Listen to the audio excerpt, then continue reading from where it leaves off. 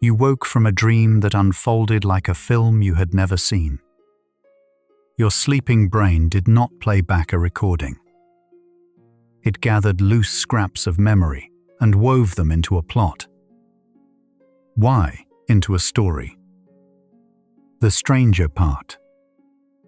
It held together only because the one part of you that checks for sense had gone quiet. Welcome to Sleepy Science. Tonight, we follow the quiet work of a mind that turns fragments into meaning while you rest. Let the day's edges soften.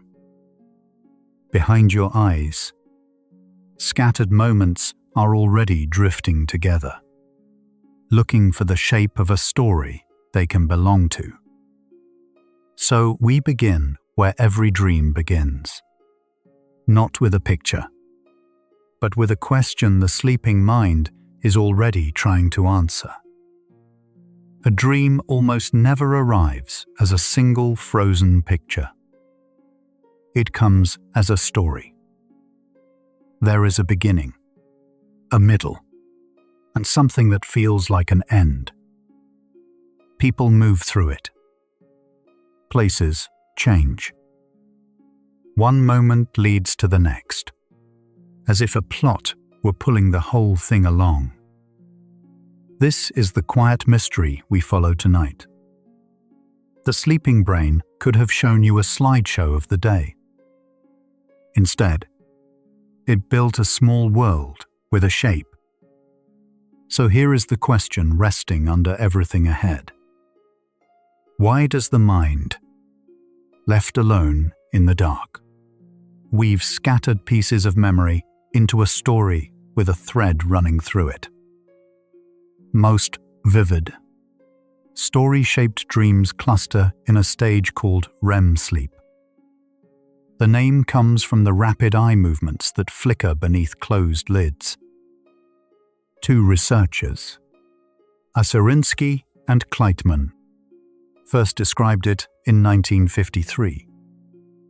During REM, the eyes dart, the body goes still, and the mind lights up. It is the part of the night when dreaming is richest and most narrative. You pass through REM several times before morning, roughly every 90 minutes. Each visit tends to run a little longer than the last. So the longest, most film-like dreams often come in the hours closest to dawn, in the final stretch before you wake. Here is something that surprised early scientists. During REM sleep, the brain is nearly as active as it is when you are awake. Oxygen use stays high. Electrical rhythms grow fast and low. For a time, researchers called it paradoxical sleep, because the body looks deeply at rest while the mind races. This is not a brain switched off. It is a brain switched inward, running on its own fuel. The activity is real and intense, but it is aimed at no outside world. That inward energy is the raw current a dream is built from, humming quietly behind your still and peaceful face. Dreaming is not found only in REM. Softer, quieter mental activity happens in the deeper stages too. But those experiences tend to be more like drifting thoughts than full stories. You might replay a single worry, or hold a plain image, without much plot. The rich, moving, character-filled dream, the one that feels like a scene from a life you never lived, leans strongly toward REM. So the story-shaped dream is not random across the night. It gathers where the brain is most active and most inward. The form seems tied to a particular state, which is our first hint that the story is not an accident. For decades, one idea shaped how people explain dreams. In 1977, Hobson and Macaulay proposed the activation synthesis model. In their view, the brainstem fires bursts of signals during REM, almost at random. The higher brain then scrambles to make sense of the noise. The story, they suggested, is stitched together afterward, an explanation laid over chaos.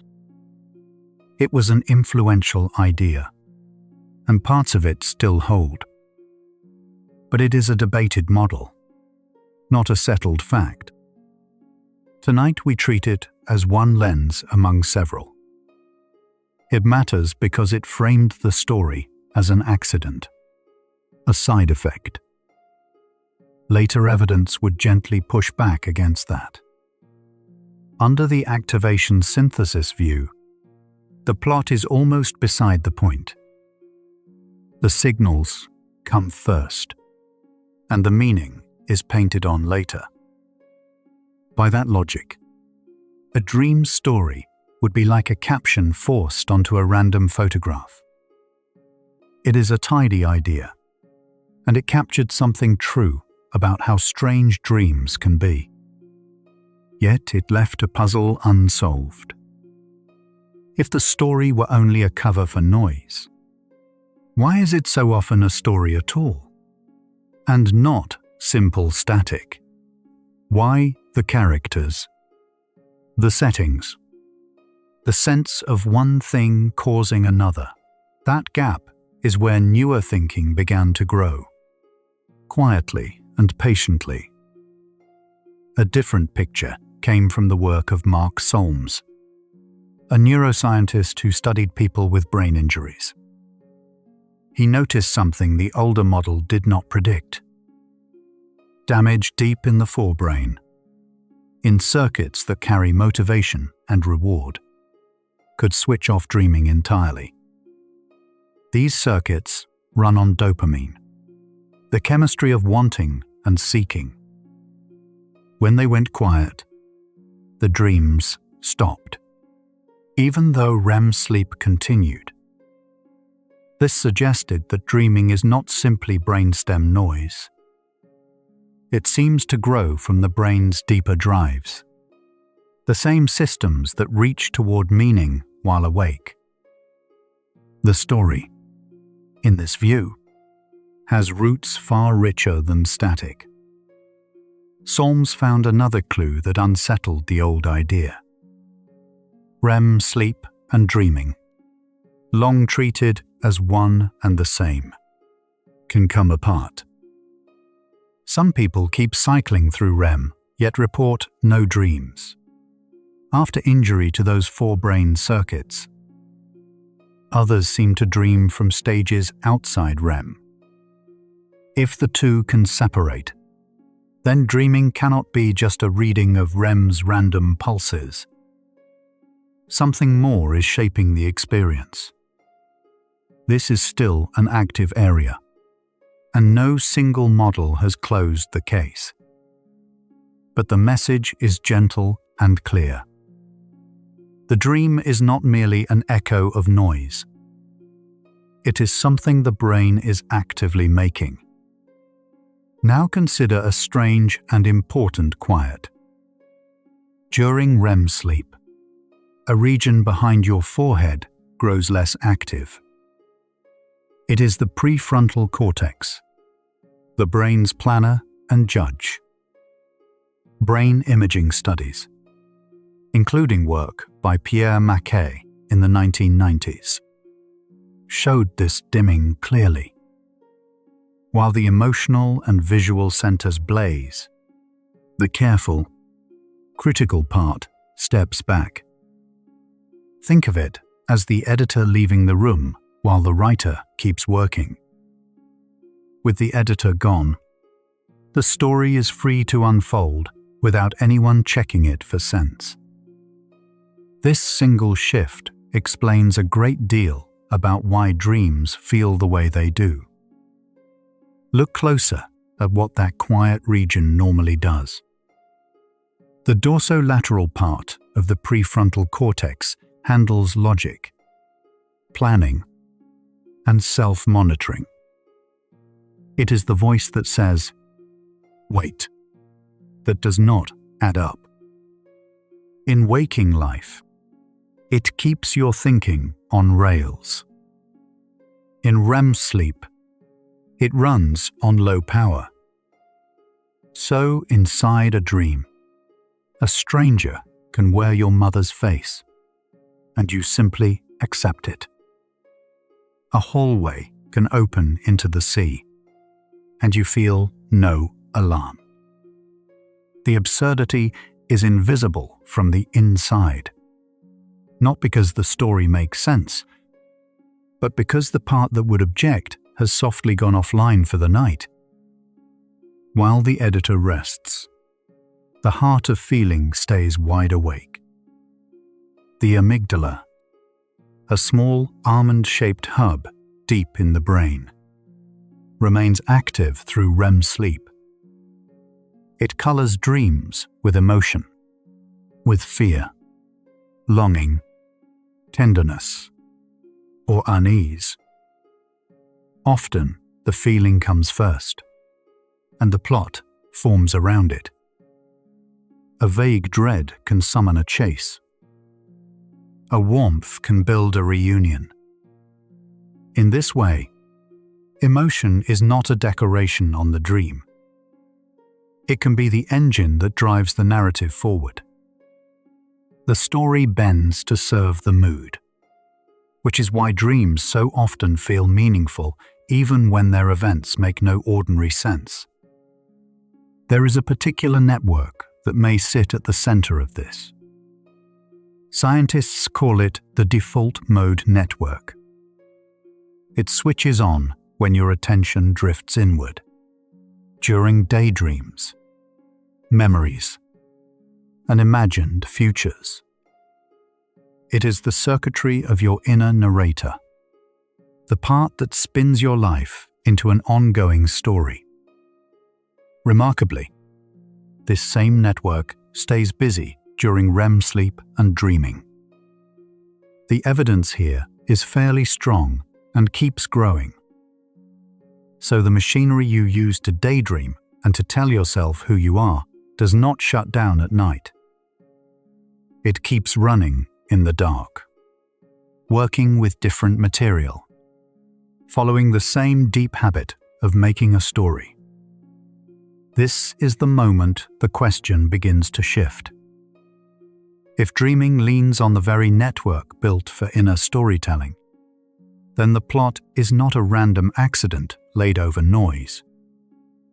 It may be the natural output of a mind that is always turning experience into narrative.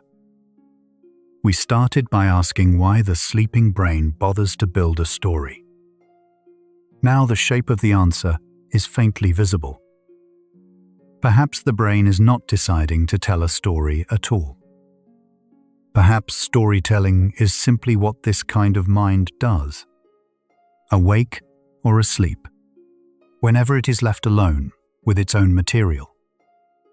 What, then, is the story made of? Not whole memories, it turns out.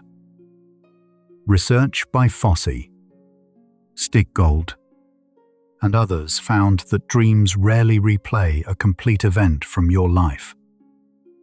Instead, they gather fragments. A face from years ago, a room from last week, a feeling with no clear source. These scraps are lifted from different times and pressed together into one scene. It is less like watching a recording and more like a collage assembled in the dark. The pieces are real. Their combination is new. This fragment weaving is the quiet craft at the heart of every dream you have ever half remembered. Some of those fragments come from the day just ended. Researchers call this the day residue. a conversation, a worried thought.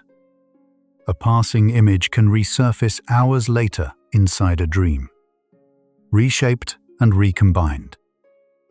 It usually appears not as a faithful copy, but as an echo, bent into the logic of the scene. This is a measured, observed pattern, separate from older interpretations about hidden meaning. The point is simpler and stranger. Your recent hours do not vanish when you close your eyes. They are quietly pulled back up, broken into pieces, and offered to the storyteller as fresh clay to shape. Why do dreams connect such distant things? Part of the answer is a state called hyperassociativity. During REM sleep, the brain seems to favor loose, far-flung links over tight, obvious ones.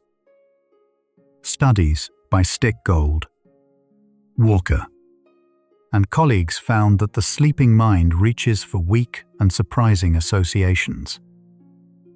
Awake, you connect coffee to morning.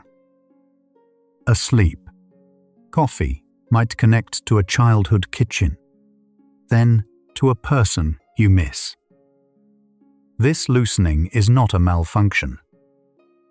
It may help the brain find hidden patterns and blend ideas in useful ways.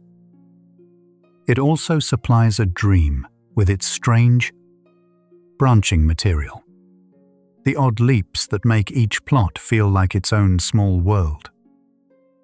Beneath the dreaming, the brain is also filing the day away. During sleep, the hippocampus, a memory hub, replays recent experience and passes it to the neocortex for long-term keeping. This nightly conversation helps stabilize what you have learned. Many scientists suspect that dreams ride alongside this process, catching fragments as they move. The dream may be, in part, a window onto memory at work. Not the work itself, but something woven from its passing pieces. This is still being studied, and the links are not fully settled. Yet it hints that the story you dream is stitched from the very threads your brain is sorting and saving in the quiet. Here is a clue that reshaped how scientists think. The researcher David Fawkes spent years studying children as they slept. He found that young dreams are not born as stories. Toddlers often report static images, a single scene with little action. Full, moving, plotted dreams appear later, growing with the child's imagination and language. Story-shaped dreaming, it seems, is a skill that develops. It arrives as the mind learns to build worlds while awake. This gently contradicts the idea that dreams are simple noise. You do not learn to make noise. You learn to make stories. And a dream, it turns out, is something the growing mind achieves. When scientists collect thousands of dream reports, a clear structure appears.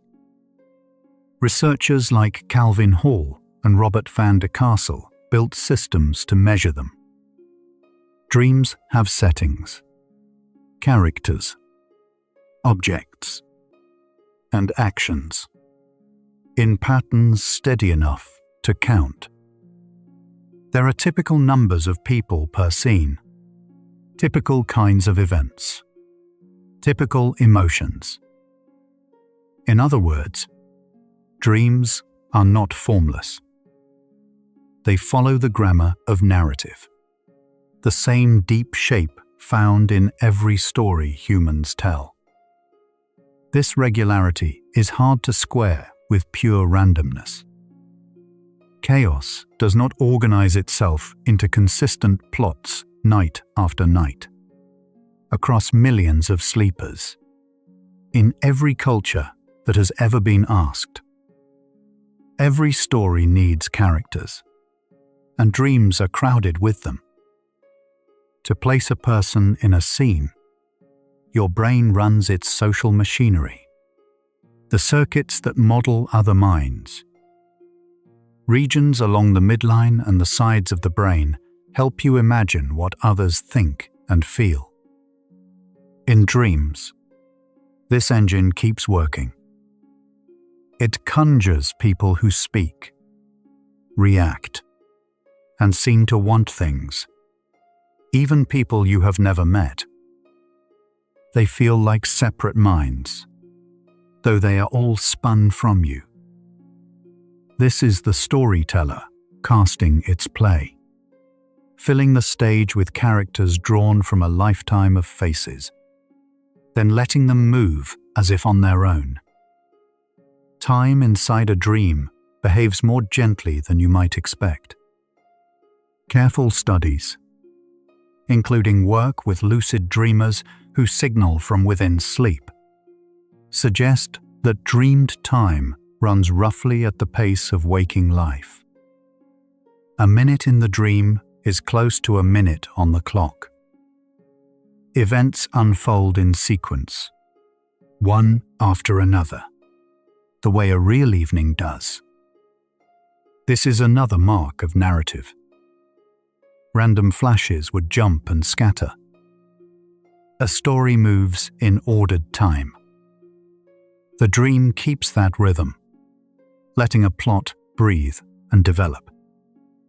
So the sleeping mind does not merely stack images.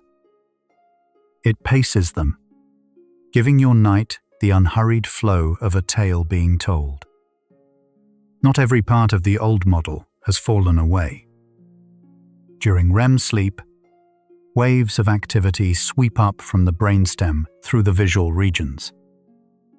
Scientists named them PGO waves, after the path they travel.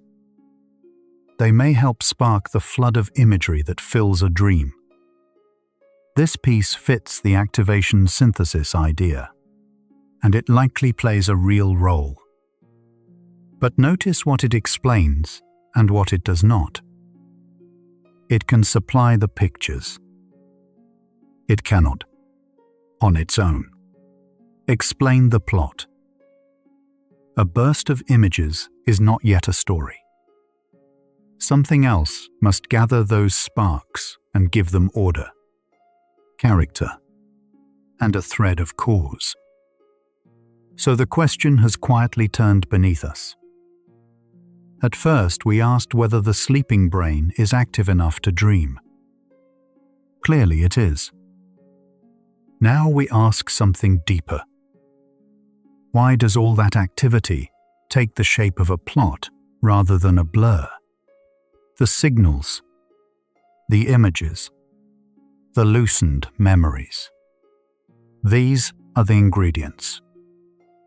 But ingredients do not cook themselves. A dream is not a pile of pieces. It is pieces arranged into meaning, given a beginning and a direction. The mystery is no longer the energy. It is the shaping. And the shaping is what the coming facts begin to trace. There is a striking clue from the waking brain that lights the way. In people whose two hemispheres were surgically separated, the neuroscientist Michael Gazzaniga found a curious habit. One side would act, and the other, unable to know why, would instantly invent a reason.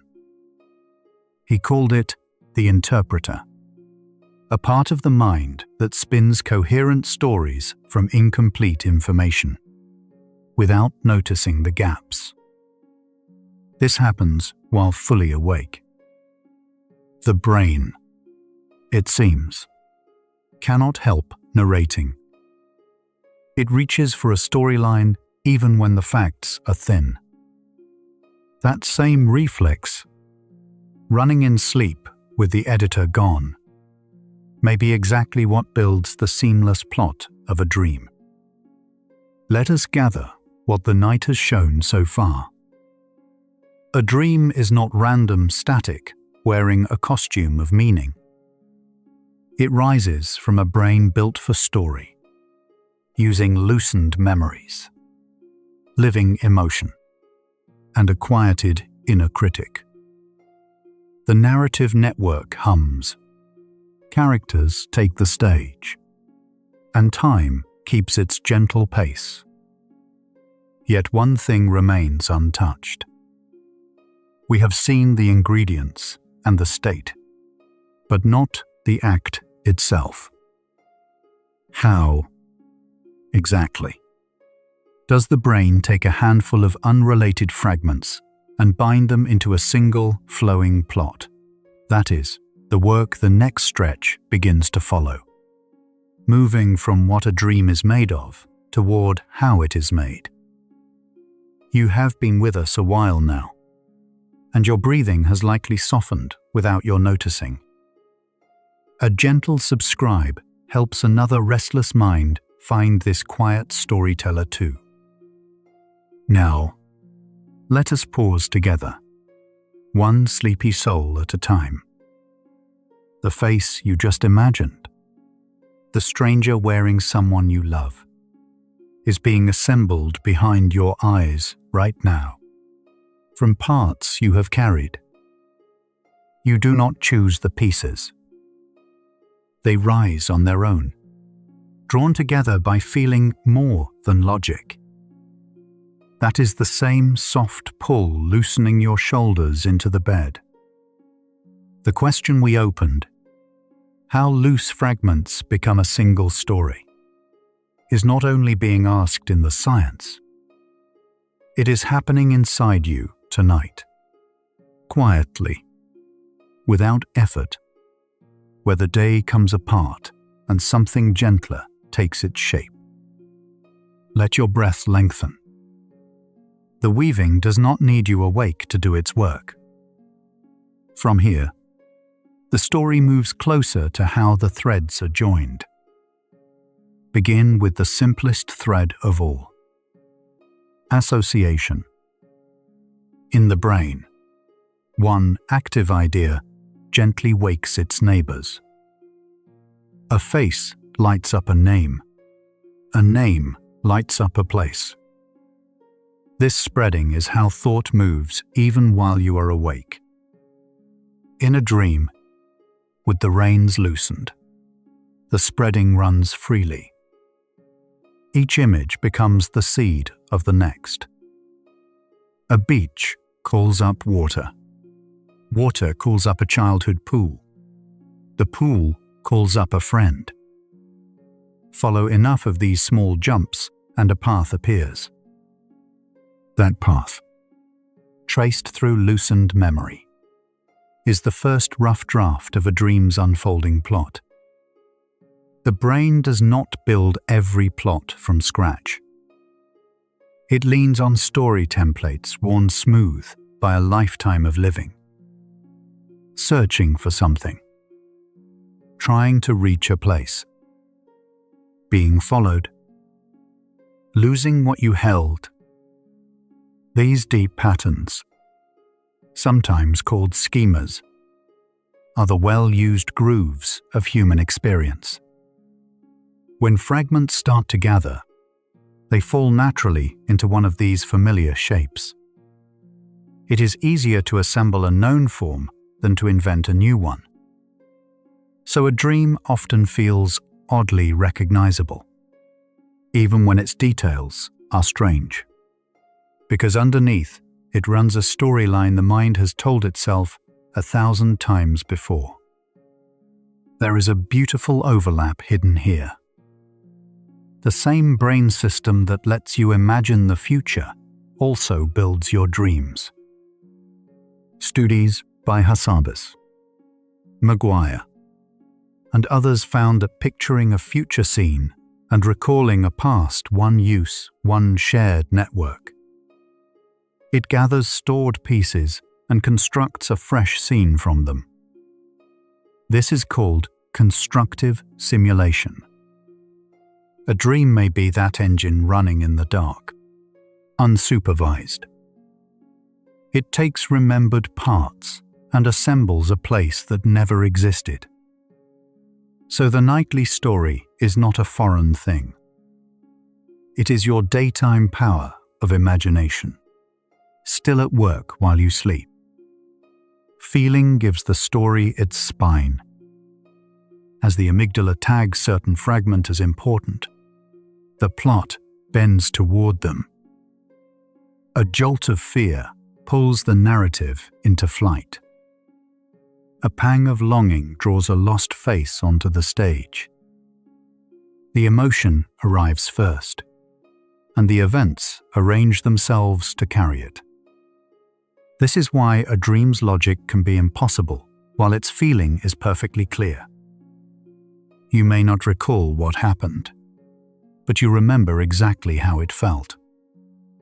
In waking stories, emotion follows events. In dreams, it often leads them, choosing which fragments rise and how the scene will move. Recall the editor who left the room. With the prefrontal cortex quieted, nothing checks the seams. In waking thought, that region would flag a broken transition, a person who cannot be here, a place that makes no sense. Asleep, those flags never fire. So each strange leap is accepted the instant it appears. The dream flows on, smooth and unquestioned, precisely because no inner voice interrupts to say this is impossible. The seamlessness you feel is not proof that the story holds together. It is the sound of the critic sleeping while the storyteller keeps speaking, uncorrected, into the quiet. Watch how a dream handles a change of scene. One moment, you are in a house, the next, on a train, and you glide between them without a blink. The brain performs a kind of editing, like a film that cuts from one shot to another. In a film, your mind fills the gap between shots and feels the story continue. Dreams use the same trick on themselves. The jump is never explained, yet continuity is preserved by feeling and intention rather than by logic. You simply carry the thread of who you are and what you want across the cut, and the story holds. Scientists have measured just how strange dreams get. In careful studies of bizarreness, Hobson and others counted the odd shifts. A person becoming someone else. An object changing form. A place folding into another. These discontinuities are common, far more than in waking thought. And yet, the dreamer, inside it, feels a continuous experience. This is the deep puzzle in miniature. The content is broken, but the sense of story is whole. Something in the mind papers over every crack as it appears, insisting on one unbroken tale. The stitching is invisible from within, which is exactly why the dream feels so seamless and real. Here, the picture deep. Many scientists now describe the brain as a prediction machine. All day, it runs an inner model of the world, guessing what comes next and adjusting when reality corrects it. In sleep, the corrections from the outside fall away. What remains is the model itself, running free, generating a world from the inside out. A dream, in this view, may be the brain rehearsing its own story of reality with no facts to check it. The question of why we dream in stories begins to answer itself. Storytelling is the model doing what it always does. Now, with nothing to interrupt it. This nightly recombining may quietly serve you. When the brain shuffles distant fragments together, it sometimes lands on a link it would never make awake. Research by Kai, Mednick, and others tied REM sleep to leaps in creative problem-solving. Sleepers woke with solutions that had eluded them before. The dream's strange blending, its willingness to join far-apart ideas, is the same move that underlies invention and insight. So the plot that seems like nonsense may be the mind at play, testing unlikely combinations in a safe and consequence-free space. The story is not only remembered material, it is material being turned into something new. Notice that you are almost always inside the dream. There is a viewpoint, a center, someone the events happen to. Even in the wildest scene, a version of you moves through it, wanting, fearing, choosing. A story needs a protagonist, and the brain supplies one automatically. This is the self-model, the mind's ongoing sense of being a person with a place in the action. It does not switch off at night. It becomes the still point around which the whole plot turns. Without that center, the fragments would scatter. With it, they gather into a tale that is unmistakably, intimately yours. Dreams are rarely silent. People speak in them. You think in them, in words, in a running inner voice. Conversations unfold, sometimes strange, sometimes ordinary.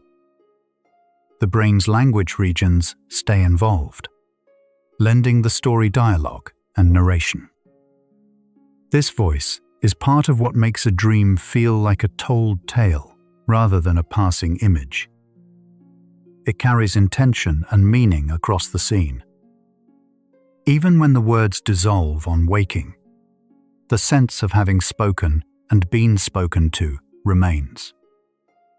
The storyteller, it seems, does not only show pictures, it narrates, quietly threading language through the night, the way it does through your waking mind. Consider how full the stage is. A dream is not a faint sketch. It can hold color, motion, depth, and sometimes sound, touch, even the pull of gravity.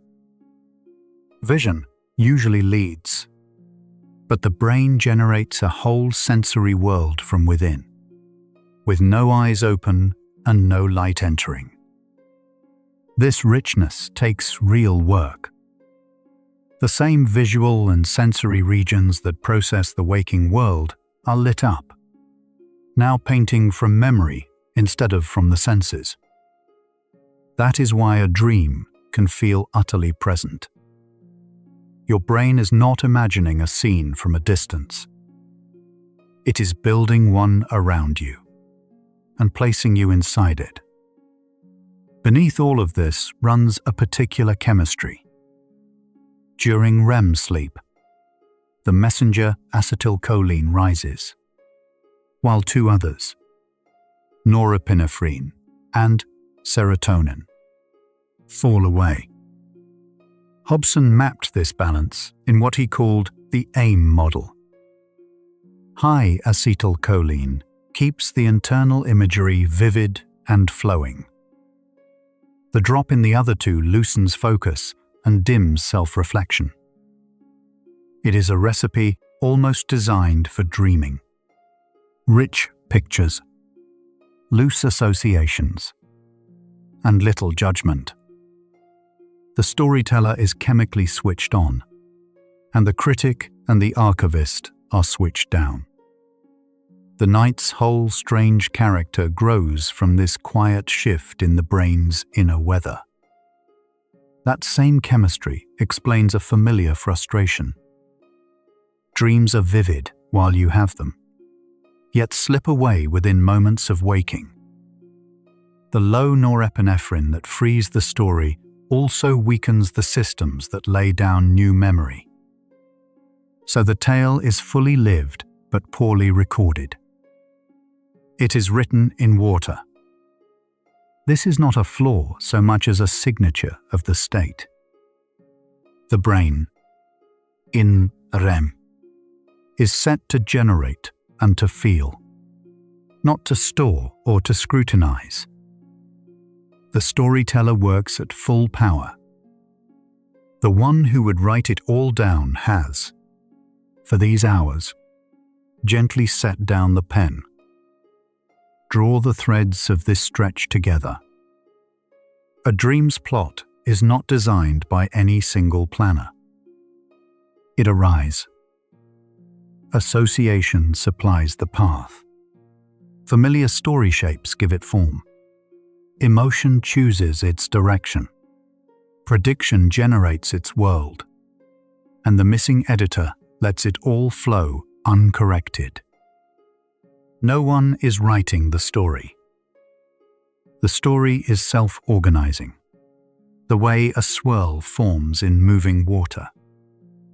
And yet the questions are not finished. If the plot builds itself from these forces, what does that mean for the dreamer? And for the waking mind that does the very same thing? The implications are where we turn next. The pace has slowed in you now, thoughts drifting a little farther apart, like scenes that no longer need to connect. There is nothing here to follow, nothing to solve. Feel the weight of your body settling into the bed, held and unhurried. We are wandering through the quiet science of the dreaming mind together, in no rush to arrive. Let one more breath go, long and slow, and we will keep going, gently. If the sleeping brain is a storyteller, then so is the waking one. Recall the interpreter that Gazzaniga described, the part that invents reasons on the spot. It does not only appear after surgery, it runs in all of us, all the time, quietly narrating our choices and feelings into a smooth account. You explain your own moods with stories that may not be true. The dream simply shows this habit stripped bare, with the outside world removed. What you meet at night is not a foreign process. It is your everyday narrator, still speaking, now with no facts left to keep it honest. Consider what memory really is. It is not a recording you play back untouched. Each time you remember, the brain rebuilds the scene from scattered pieces and rebuilds it slightly differently. Researchers like Elizabeth Loftus and Daniel Schachter showed how easily memories bend, merge, and absorb new details. Every recollection is a small act of construction. A dream is that same construction pushed to its limit, assembling a scene with no requirement to match the past. So the strangeness of dreams is not the exception. It reveals the rule. Even your clearest waking memory is a story your brain tells, built fresh from fragments each time. who you are may itself be a story. Thinkers like Jerome Bruner and Daniel Dennett describe the self as a narrative, an ongoing tale the brain tells to hold a life together. You take a scatter of moments and weave them into one continuous person with a past and a direction. This is the same loom that works at night. In dreams, it spins characters and plots. In waking life, it spins you. The identity you carry through the day is not a fixed object. It is a story being told and retold, using the very machinery that builds the worlds you visit in sleep. When the brain lacks a fact, it rarely leaves a blank. It fills the gap with a plausible story, often without knowing it has done so. In certain conditions, people confabulate, describing events that never happened with complete sincerity. This is not lying. It is the narrating mind bridging a whole so smoothly that even the speaker is convinced. A dream is made almost entirely of such bridges. There are gaps everywhere, between fragments, between scenes, and the brain spans each one instantly. What you experience as a seamless plot is really a night-long chain of invisible repairs, each one accepted as it forms. Watch how the mind insists on cause. Two unrelated things happen, and the brain immediately links them. This because of that, then leading to the next. This reflex for causation is how we make sense of a tangled world. In a dream, the reflex works over time. Random fragments arrive, and the mind instantly supplies the connective tissue, the reasons and consequences that turn a sequence into a plot. Nothing truly causes anything in a dream, yet everything feels caused. That felt logic is manufactured on the spot. The brain would rather invent a false thread of cause than tolerate a scene with no story at all. Here is a quiet implication worth holding. A dream feels coherent even though it is not logically coherent. That tells us something surprising. The sense of a story making sense is a feeling the brain produces, not a fact about the events.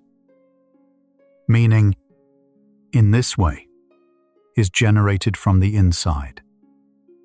It is added to experience rather than found within it.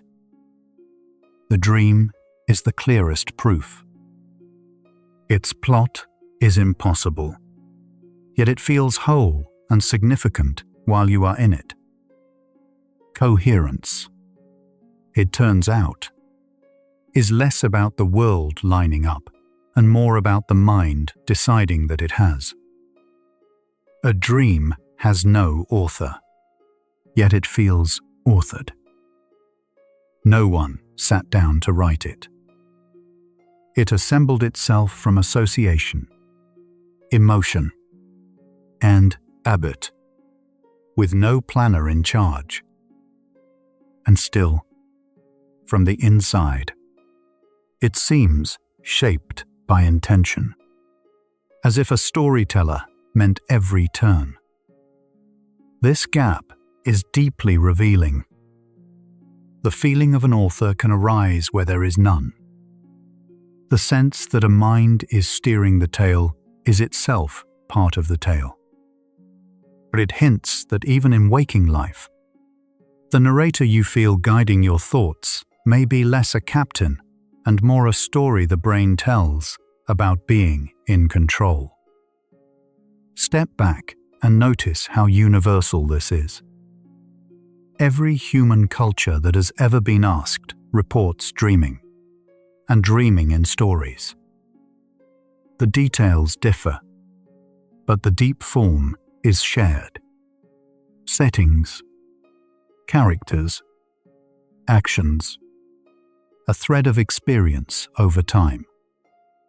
This is not a quirk of one people or one age. It appears to be built into the human brain, as natural as language.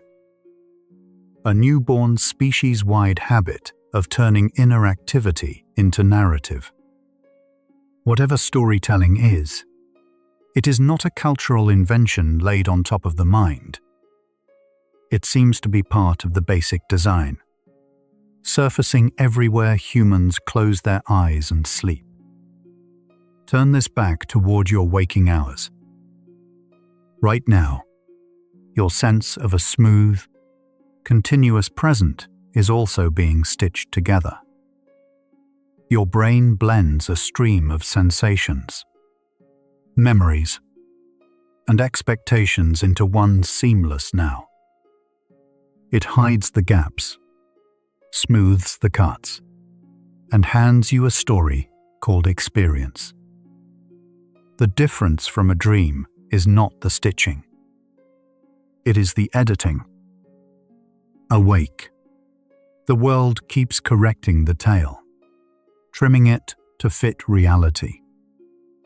Remove that correction, as sleep does, and the same storytelling machinery runs wild.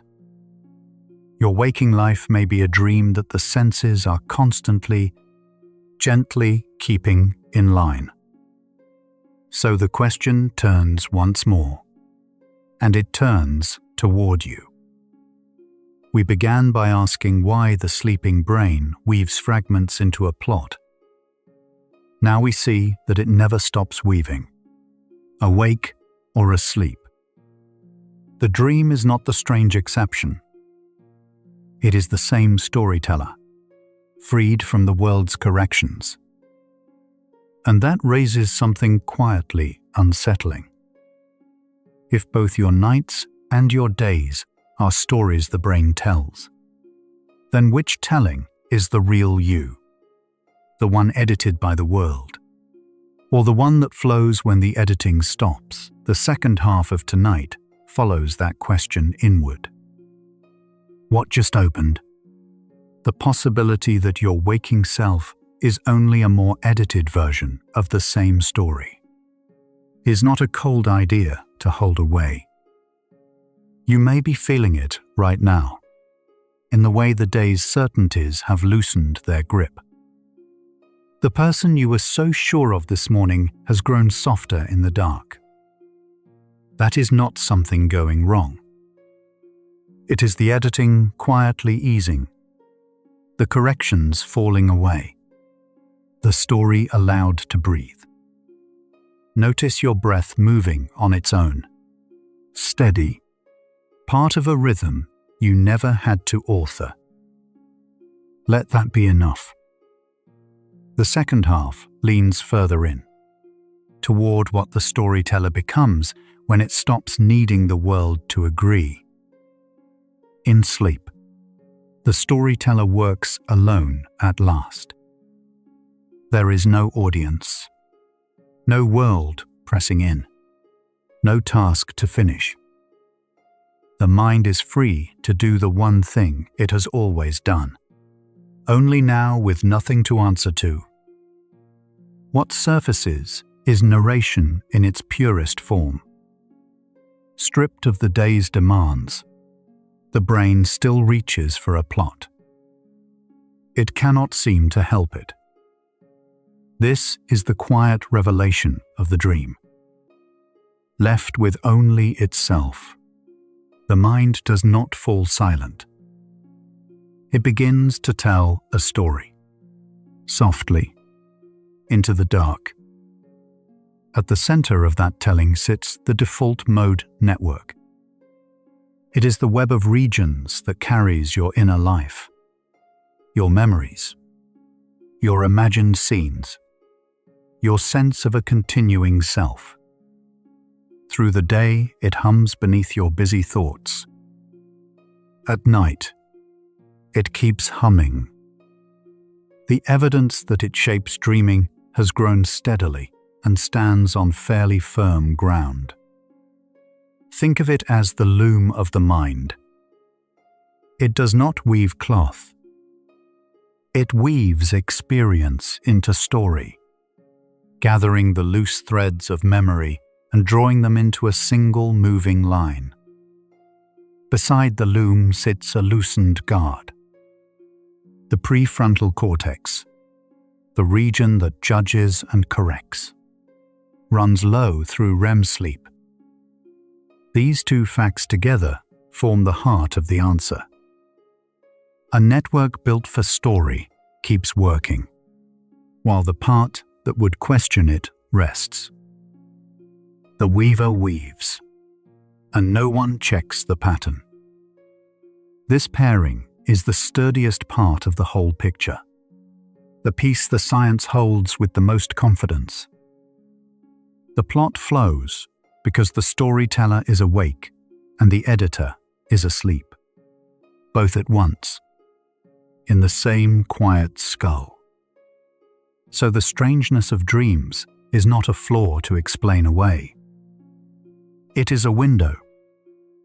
In waking life, the editor smooths every thought before you notice it. In dreams, that smoothing is gone, and you see narration in the raw. The odd leaps, the shifting faces, the impossible rooms. These are the storyteller's rough material before revision. Far from hiding how the mind works, the dream reveals it. You are watching the loom at work with the cover removed, seeing how experience gets made in the moment before the world tidies it up. Hold on to what the dream teaches about meaning. Its plot is impossible, yet it feels whole and full of significance. That feeling did not come from the events, because the events make no sense. It came from within. The mind added the coherence. This is the quiet lesson. Meaning is something the brain lays over experience, not a treasure buried inside it. We spend our days feeling that life hangs together. The dream shows how easily that feeling is made, and how it can bloom just as strongly around a scene that holds together only in the telling. There is play in this nightly weaving. The brain takes fragments that would never meet by day and lets them mingle. A face from long ago meets a place from this week. An old fear tries on a new shape. Nothing is at stake, so anything is allowed. This free recombining is the mind rehearsing, exploring, testing what fits with what. It is imagination without a leash. Some of what it stumbles upon is nonsense. Some of it is quietly brilliant. The dream is a workshop where the storyteller tries every combination, simply to see what a story might become. Even when a dream's events are false, its feeling is true. You may wake with grief for a loss that never happened, or warmth from a reunion that never was. The scene was invented. The emotion was real, and it was yours.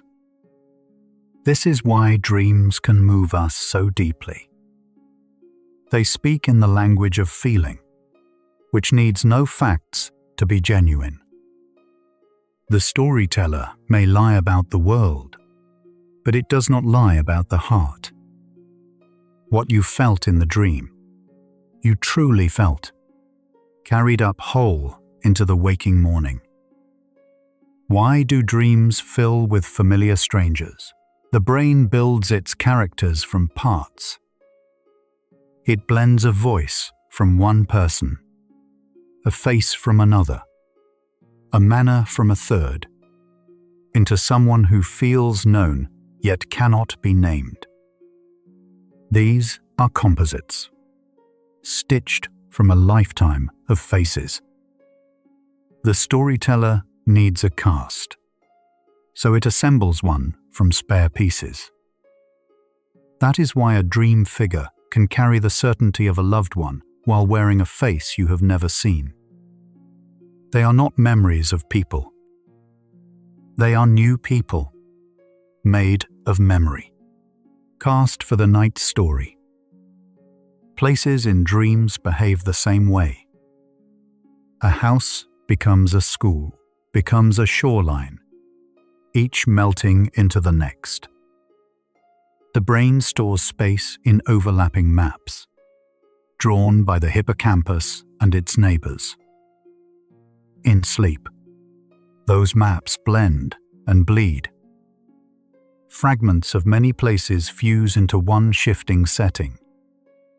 So the dream's landscape is a collage, real corners joined into impossible rooms.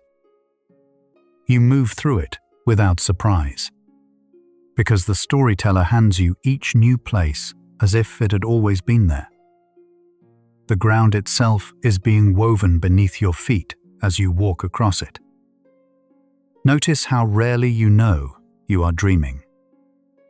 Inside the story, its impossible events feel ordinary. The reason returns us to the quieted prefrontal cortex. Awake. That region checks your experience against reality, asking, could this really be happening asleep? It mostly stops asking. Without that check, no alarm sounds, no matter how strange the scene. You accept a flying house or a talking sea as simple fact. This missing question is why the dream can hold you so completely.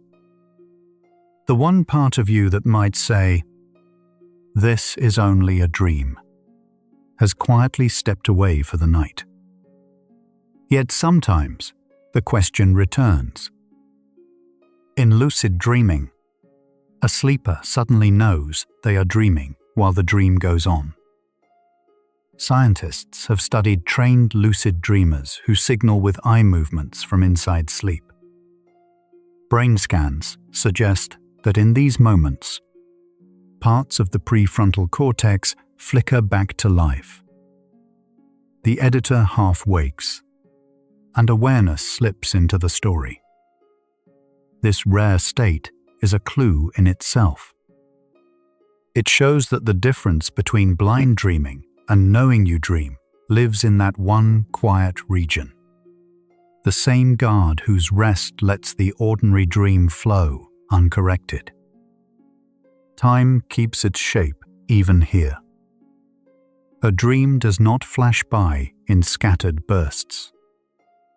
It moves in sequence, one moment leading to the next, roughly at the pace of waking life. The brain models time as it models space, and that modeling continues in sleep.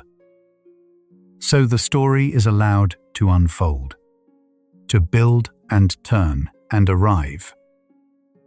This ordered flow is part of what makes a dream a story rather than a jumble. The storyteller keeps a sense of before and after, laying events along a line, giving the night the gentle forward motion of a tale.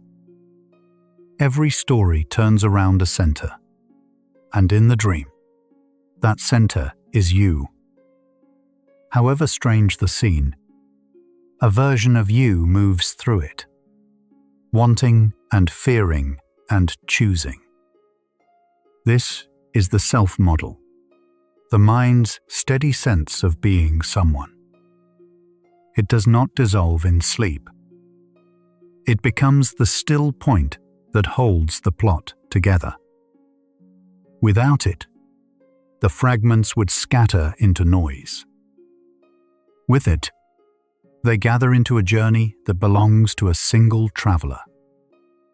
The storyteller always keeps a protagonist on the stage. And through the whole long night, that protagonist is quietly, unmistakably you. Listen for the voice inside a dream. There is thinking, speaking, a running narration threaded through the scene. The brain's language regions stay at work, lending the story words. This is part of why a dream feels told rather than merely seen. It has a narrator's murmur beneath the images. Even as the words dissolve on waking, the sense of having spoken and understood remains. The storyteller does not only paint, it speaks. And that quiet inner voice, carrying meaning from moment to moment, is the same voice that narrates your waking day, now wandering freely through the dark. This loose weaving is where much of human creation begins. Artists, writers, and scientists have long drawn images and answers from their dreams. The mind's willingness to join far-apart things, unguarded and unafraid, is the same move that makes a metaphor or a discovery. In the dream, that willingness runs without limit. So the plots that seem like nonsense share a root with our finest inventions. The storyteller at night is not wasting itself on chaos. It is doing what imagination always does, reaching across the usual distances to find a link no one thought to make. It is fair to ask what the old model got right. Activation synthesis was correct that dreaming rises from real biology, from the brain's own activity in sleep. That much has held. Where it fell short was the plot. It treated the story as an afterthought, a caption on noise. But the story turned out to be the main event, not a byproduct. The biology supplies the spark. The narrative is not scrambled onto it from outside. It grows from a mind that is always making stories. The model saw the fire and missed the shape of the flame. Mark Solms offered the missing half. Dreaming, he argued, is driven by the brain's seeking systems, the deep circuits of wanting and meaning. It is not random at all, but motivated, reaching, alive with purpose. His lesion studies gave the idea real ground. This view sits more easily with what dreams actually feel like, charged with longing and fear and pursuit. Still, it is not the final word. The science here remains open, a conversation rather than a verdict. What both models share, in the end, is a brain that does not merely fire. It means. It reaches. It tells. Honesty asks us to hold this loosely. That the default mode network shapes dreaming stands on solid ground. That a quieted prefrontal cortex lets the plot flow uncorrected is well supported too. But the deepest why, the full chain of cause behind the storytelling, is not yet closed. Scientists are still tracing it. We can say with some confidence what the storyteller is made of and where it lives. We cannot yet say every reason it speaks. And there is a quiet comfort in that. The dream keeps a little of its mystery, even as we learn how much of it is us. Carry this into daylight. All day, your brain narrates. It turns a scatter of moments into a smooth account of who you are and what you are doing.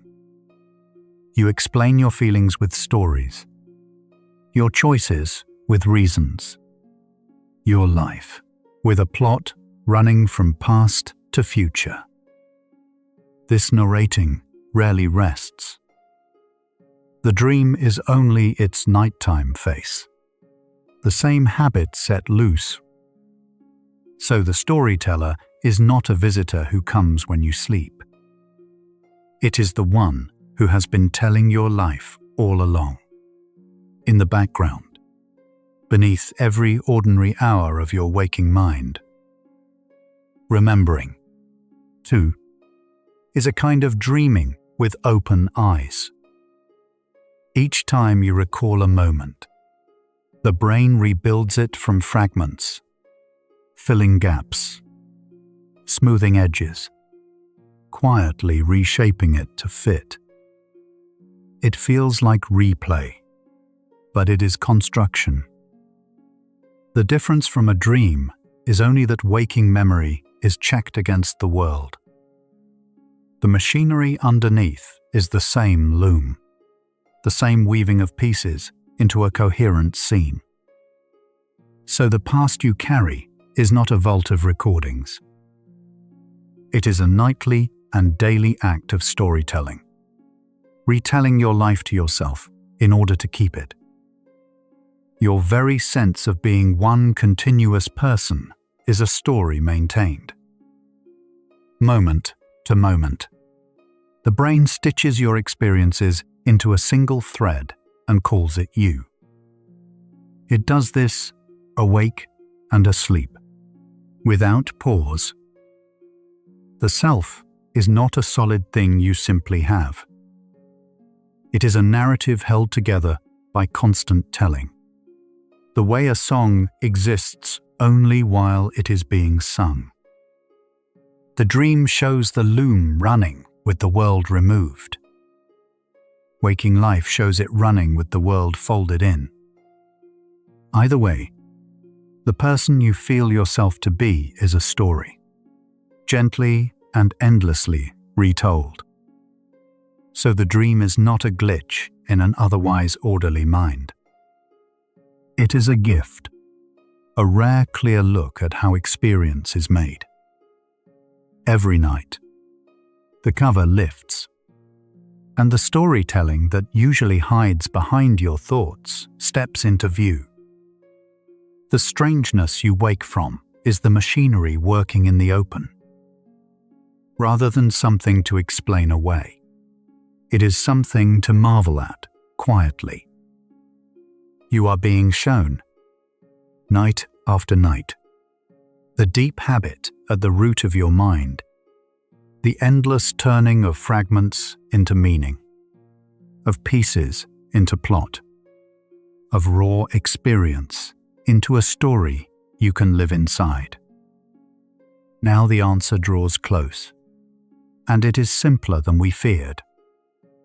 We kept asking why the sleeping brain builds a story from scattered fragments. The reason is not a hidden message waiting to be decoded. It is not a code, or a warning, or a buried truth. The reason is the storyteller itself. The brain weaves a plot in sleep for the same reason it weaves one awake. Making stories is not something the mind does on occasion. It is what this mind is.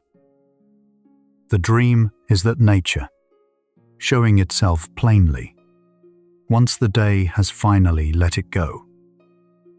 The storyteller needs no reason to tell. It does not wait for a purpose or a prompt. Left alone in the dark, with the world switched off and the editor at rest, it simply begins. Fragments drift together. Feeling chooses a direction, and a plot takes shape all on its own. This is not a task the brain performs. It is a nature the brain expresses. As natural as a heart beating or lungs drawing breath, the mind turns experience into narrative. The dream is that turning, caught in the act, needing nothing from you but sleep. Here, then, is what the night has been showing. Piece by gentle piece. When you sleep, your brain becomes a storyteller. A network built for narrative gathers the loose fragments of memory and threads them into a plot, while the inner sensor grows quiet. So the story flows on, uncorrected. That is why dreams take the shape of stories. Not because a meaning was sealed inside them, but because storytelling is simply what this mind does when it is left alone with itself. The strong parts of the science say this much clearly. The rest, the deepest why, we hold with open and patient hands. You might be feeling how little effort any of this takes. The story tells itself. The loom runs on its own, gathering, threading, weaving, asking nothing of you. Right now, behind your resting face, that same weaving is underway, turning the pieces of your day into something softer. You do not have to guide it. You never did. What we have been circling all this time is close now, and it turns out to need no holding. The mind makes its stories the way the tide returns, without being called. Let your breath fall into that rhythm. You were never the one keeping the story together. You can let it carry you the rest of the way. Right now, the storyteller in you is already at work. Softly, without asking, it has begun gathering the loose threads of your day. You do not have to help it. You do not have to watch. The weaving happens on its own, the way it always has, in the quiet just beneath your thoughts. Let it begin. There is nowhere else you need to be tonight, and nothing the loom requires of you but rest. You do not have to understand a story to rest inside it. A child falls asleep to a tale long before they follow its meaning. Tonight, you can do the same. The plot your mind is spinning needs no explaining. It asks only to be lived, gently, from the inside. Let the meaning stay a mystery. The warmth of the story is enough, and the warmth is already here, settling softly over you. The fragments of your day are drifting toward one another now. A word someone said. A room you passed through. A feeling you could not name.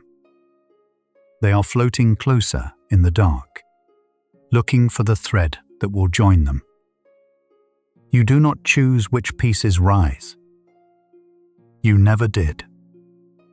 Let them find each other on their own, the way scattered lights slowly gather into a single, gentle shape. A fage, a doorway, a distant sound. The loom takes each small piece and begins to weave. It does not sort them by sense. It joins them by feeling, letting one soft thing lead to the next. This is the oldest craft your mind knows. Watch it, if you like, or let your attention slip. Either way, the threads are being drawn together, quietly, into something only this night will ever hold. The editor has set down its pen. The part of you that checks and corrects has grown too heavy to lift. And that is exactly as it should be. Nothing needs checking now. No thought must be true. No scene must make sense. Without that watchful voice, the story is free, and so are you. Let the corrections fall away like a coat you no longer need, and feel how much lighter the mind becomes. Whatever the night makes of your pieces, let it. You do not have to approve the plot or guide its turns. The storyteller has never needed your permission, and it does not need it now. Trust the loom. It has woven every night of your life and will weave this one too, patient and unhurried. Loosen your hold on the outcome. Let the story go where it will, and go with it. The plot will not make sense, and that is perfectly fine. Rooms will open into fields. Faces will change and change again.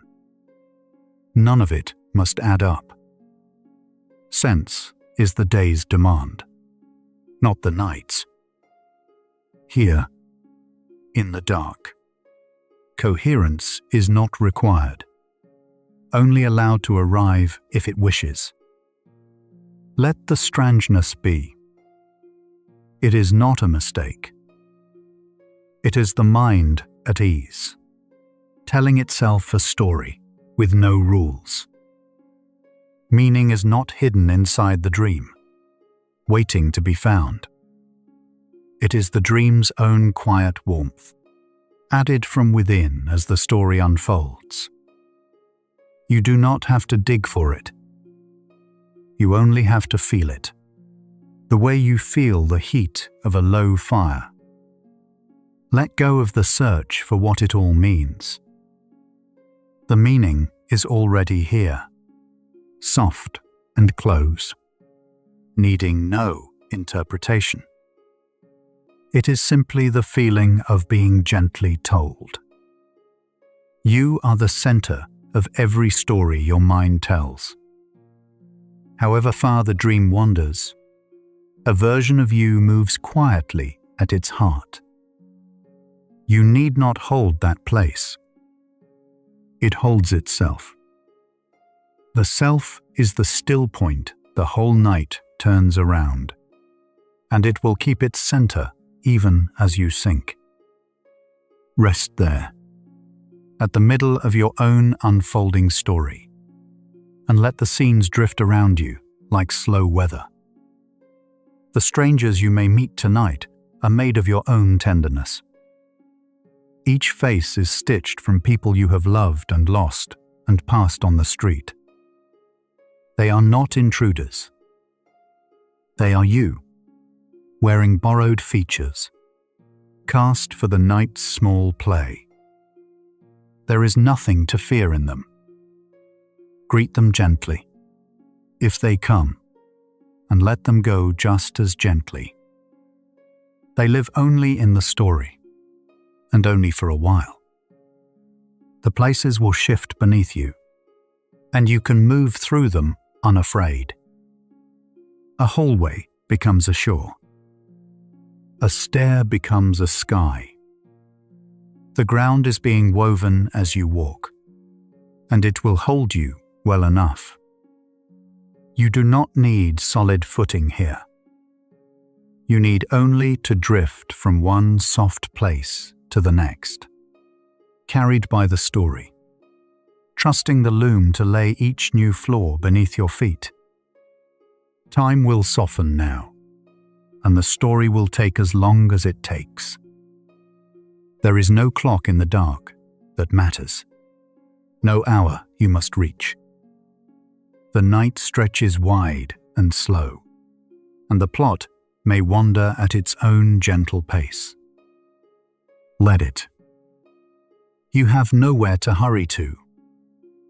Let the sequence unfold as slowly as it likes. one quiet moment easing into the next, until even the sense of time lets go. You need not remember any of it. Some things are only meant to be lived, not kept. The dream is written in water, and by morning it will have slipped away, and that is no loss. It did its work in the living. Let go of the wish to hold on. There is a deep permission in forgetting, in letting the night story dissolve as gently as it formed, leaving only a faint warmth behind. The same weaving that makes a dream makes a life. Piece by piece, moment by moment, the mind draws scattered things into a thread and calls it yours. What happens in the dark tonight is only what happens in the light each day, softly and without your noticing. There is comfort in that. You have always been held by this quiet craft. Tonight you simply feel it more nearly, closer to the loom than you usually stand. You have been telling your story all day, explaining yourself, arranging your hours, holding the thread of who you are. It is tiring work, though you rarely notice the weight of it.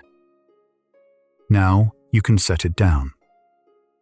The telling will go on without you tonight, gentler than you could manage awake. Let the effort of being someone loosen and fall. You do not have to narrate yourself into morning. You can simply rest and be told, let the world's corrections fall away. All day, reality trims your inner story, keeping it in line, insisting on what is true.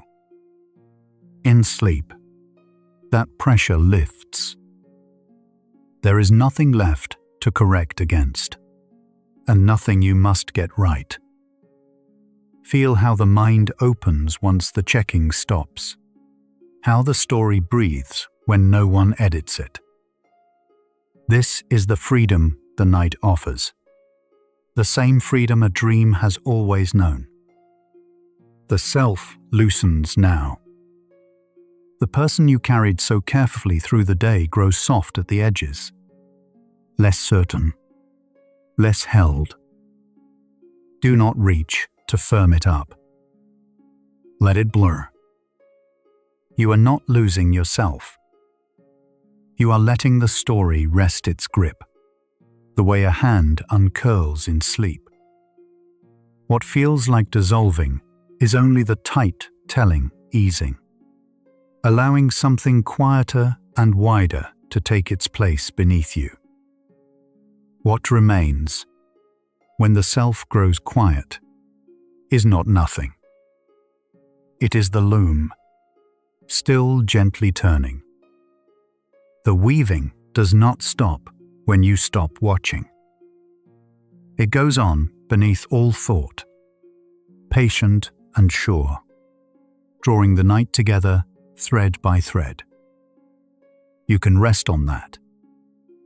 Something in you keeps working while everything else lets go, and it needs no direction from you. Sink toward it. Let the turning of the loom become your lullaby. You are a story the brain tells to hold its fragments together. Not a fixed thing, but a telling, ongoing and alive. This is not a loss. It is a kind of freedom. A story can soften, wonder, and begin again. Tonight, your story asks nothing of you but rest. Let it hold your pieces, as it always has, while you drift beneath it. You do not have to keep yourself whole. The telling does that for you. Tonight, let the telling go on without you listening.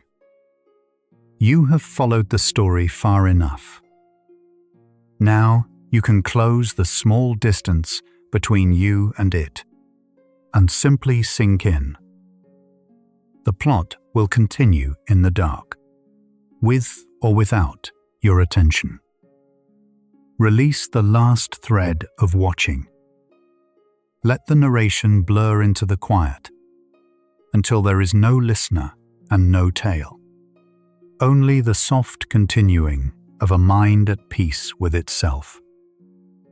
The night will weave, whether you watch or not. This is the deep reassurance under everything. You do not have to stay awake to keep the story going. It has never needed your effort, only your rest. So give it that. Hand the whole night over to the loom and let yourself fall. What needs doing is already being done. Quietly, faithfully, in the part of you that never asks for thanks. There is nothing to author now, nothing to finish. No plot to resolve, no meaning to reach, no ending to write. The story requires none of it from you. It will end when it ends, or dissolve unfinished, and either way is well. Set down the pen for good tonight. You are not the writer here, and you never had to be. You can be the one who simply rests while the story tells itself. Let the fragments settle. Let the plot drift wherever it will. You have loosened your hold on the day, on the self, on the need for sense. All that is left is to sink, slowly, into the weaving. The pieces will find their places without you. The story will carry you the rest of the way. There is nothing between you and sleep now but a few soft breaths, growing longer and slower in the dark. You were never the storyteller. You were the story. All this time, something gentler than you was doing the telling, holding your pieces, drawing your thread. You only had to be carried. Feel that now, as the last of your watching fades. You are held inside a telling that needs nothing from you. There is no work left, no self to keep, no night to manage. There is only the story, and you, resting softly within it. So here, at the end, is the softest truth of all. You are a story your mind tells to make the scattered pieces whole. And tonight, you do not have to tell it. You are allowed to simply be told, to rest inside the telling like a child inside a tale, held by a weaving as old as you are. Let the fragments come together on their own. Let the story hold you. You were always meant to be carried this way, into the quiet, into sleep. 100 quiet steps ago, we asked why the sleeping mind builds a story from broken pieces. We followed the loom into the dark, past the editor who lays down its pen, into the network that weaves your memories into plot. We watched children learn to dream in stories, and saw the waking brain invent its reasons just as freely. What began as a question about dreams became something closer to a mirror. The storyteller was never only asleep. It has been telling you, and telling you, all along. This was the quiet truth beneath every fact. You are not a thing, but a telling. a story your mind keeps weaving to hold its fragments whole. You carry that now, more gently than before, into the dark. Perhaps this slow hour untangled something the day had knotted too tight. If it brought you a little ease, a soft like, subscribe, or share carries this quiet to another restless mind, still searching for the way here. One quiet tap, one sleepy soul at a time. Behind your resting eyes, the loose threads of your day are drawing together on their own, gathering into shapes you will never have to name. You are not doing this. It is being done, the way a tide folds the shore smooth without a hand to guide it. Let your whole self dissolve into that quiet weaving. There was never a story you had to hold together. There was only this, the pieces coming home. You can let these thoughts settle now, like fragments drifting down to rest at the bottom of a still, dark pool. Let your body grow heavy with the work already underway. Sleep carries you into the part of the night that needs no telling from you. The relaxing Dream Science Facts playlist has been wandering these questions across many hours. And the next hour follows the piece this one left unfinished. What the story becomes when there is no one left to tell it. That hour is waiting whenever you are ready. But if your eyes are closed, stay there. Rest well, quiet one.